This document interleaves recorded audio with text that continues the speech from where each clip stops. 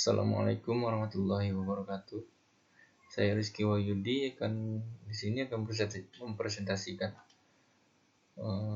tugas UAS dalam mata kuliah Peradilan di Indonesia. Dosen pengampu Bapak Muhammad Afdal Askar MH. Di sini saya akan menjelaskan tentang peradilan HAM. Masuk ke latar belakang pembentukan pengadilan HAM. Undang-Undang Pengadilan HAM disahkan dan diundangkan sebagai respon terhadap adanya pelanggaran HAM yang berat yang terjadi di Timur Timur. Tuntutan masyarakat internasional maupun nasional atas dugaan adanya beberapa peristiwa yang diduga merupakan kejahatan kemanusiaan yang paling serius. Sejak diundangkannya pada tanggal 23 November tahun 2000, Undang-Undang Pengadilan HAM telah dipergunakan dalam proses peradilan dugaan pelanggaran HAM yang berat. Di antaranya adalah peristiwa Tanjung Priok tahun 1944, peristiwa Timur Timur tahun 1999, dan peristiwa AB Pura tahun 2000. Undang-Undang Pengadilan HAM ini disahkan dan diundangkan pada 23 November tahun 2000. Lembaran Negara Republik Indonesia tahun 2000 nomor 208. Tambahan Lembaran Negara nomor 4026 pada masa pemerintahan Presiden Abdurrahman Wahid. Dalam pertimbangannya, pengadilan HAM perlu dibentuk untuk ikut serta memelihara perdamaian dunia dan menjamin pelaksanaan HAM serta memberi perlindungan, kepastian, keadilan, dan perasaan aman kepada perorangan maupun masyarakat.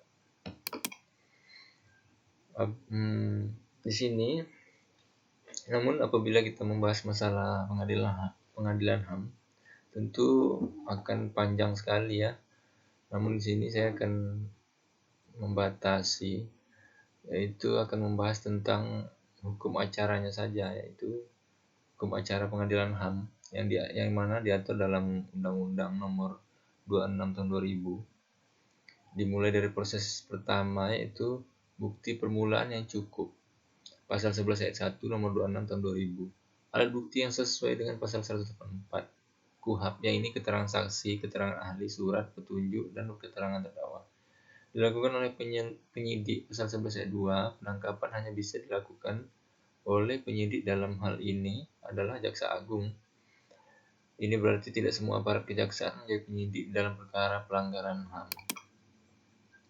Dan yang ketiga, dilengkapi surat tugas. Pasal 11 ayat 20, dilengkapi dengan surat perintah penangkapan. Pasal 11 ayat 2, tembusan surat perintah penahanan segera setelah penangkapan dilakukan. Pasal 11 ayat 3 Undang-Undang Nomor 26 tahun 2000, maka tembusan surat perintah segera di sini baik dari Undang-Undang Nomor 26 tahun 2000 maupun dalam KUHP tidak menentukan secara limitatif atau batasan berapa lama maksud segera itu. Kemudian proses yang selanjutnya itu penahanan dalam perkara pelanggaran HAM berat. Jaksa Agung selaku penyidik dan penuntut umum pasal 12 ayat 1 Undang-Undang Nomor 26 tahun 2000 berwenang melakukan penahanan atau penahanan lanjutan, sedangkan hakim pengadilan HAM ayat 2 dengan penetapannya berwenang melakukan penahanan untuk kepentingan pemeriksaan di sidang pengadilan.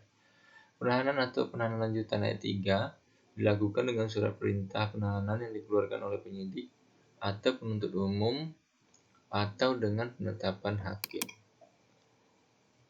Kemudian proses penyelidikan adalah serangkaian tindakan penyidik mencari dan menemukan suatu peristiwa yang diduga sebagai tindak pidana, guna menentukan dapat atau tidaknya dilakukan penyidikan. Pasal 1 angka 5 KUHP. Dengan demikian, penyelidikan menurut Undang-Undang Nomor 26 tahun 2000 adalah serangkaian tindakan penyelidik Komisi Nasional HAM untuk mencari dan menemukan suatu peristiwa yang diduga sebagai pelanggaran HAM yang berat. Penyelidikan dilakukan oleh Komnas HAM selaku penyelidik. Kemudian proses penyidikan adalah tindakan pro justisia selama pemeriksaan dilakukan atau mencari bukti-bukti tentang terjadinya pelanggaran HAM yang berat. Dalam penyidikan dilakukan oleh Jaksa Agung pasal 1. Ia dapat mengangkat penyidik ad hoc yang terdiri dari unsur masyarakat dan unsur pemerintah.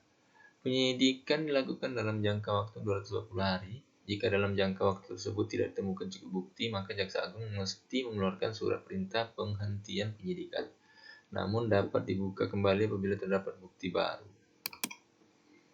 Kemudian penuntutan. Penuntutan adalah suatu proses pelimpahan perkara pelanggaran HAM yang berat kepada pengadilan HAM dengan membuat surat dakwaan. Acara pemeriksaan, yaitu proses selanjutnya, itu pemeriksaan dilakukan oleh hakim yang berjumlah 5 orang, terdiri 2 orang hakim pengadilan tinggi bersangkutan dan 3 orang hakim ad hoc. Dalam hal perkara diajukan kasasi ke Mahkamah Agung pasal 33, maka perkara tersebut diperiksa dan diputus dalam waktu paling lama 90 hari sejak perkara dilimpahkan ke Mahkamah Agung. Pemeriksaan dilakukan oleh 2 orang hakim agung dan 3 orang hakim ad hoc. Kemudian ini merupakan prosesnya ya. Proses dimana penahanan, yaitu kepentingan penyidikan jangka waktu 90 hari apabila dilakukan penahanan lanjutan, perpanjangan satunya 90 hari, perpanjangan 2 60 hari yang dilakukan oleh Jaksa Agung. Kemudian kepentingan penuntutan masih dilakukan oleh Jaksa Agung, kepentingan pemeriksaan di sidang pengadilan HAM, Ketua Pengadilan HAM, dengan penahanan kepentingan pemeriksaan banding di pengadilan tinggi yang berwenang Ketua Pengadilan, kepentingan pemeriksaan kasasi di Mahkamah Agung, masih Ketua Pengadilan yang berwenang itu Ketua Pengadilan Agung. Sekian yang dapat saya presentasikan, lebih dan kurang saya mohon maaf. Wabillahi taufiq wal hidayah. Assalamualaikum warahmatullahi wabarakatuh.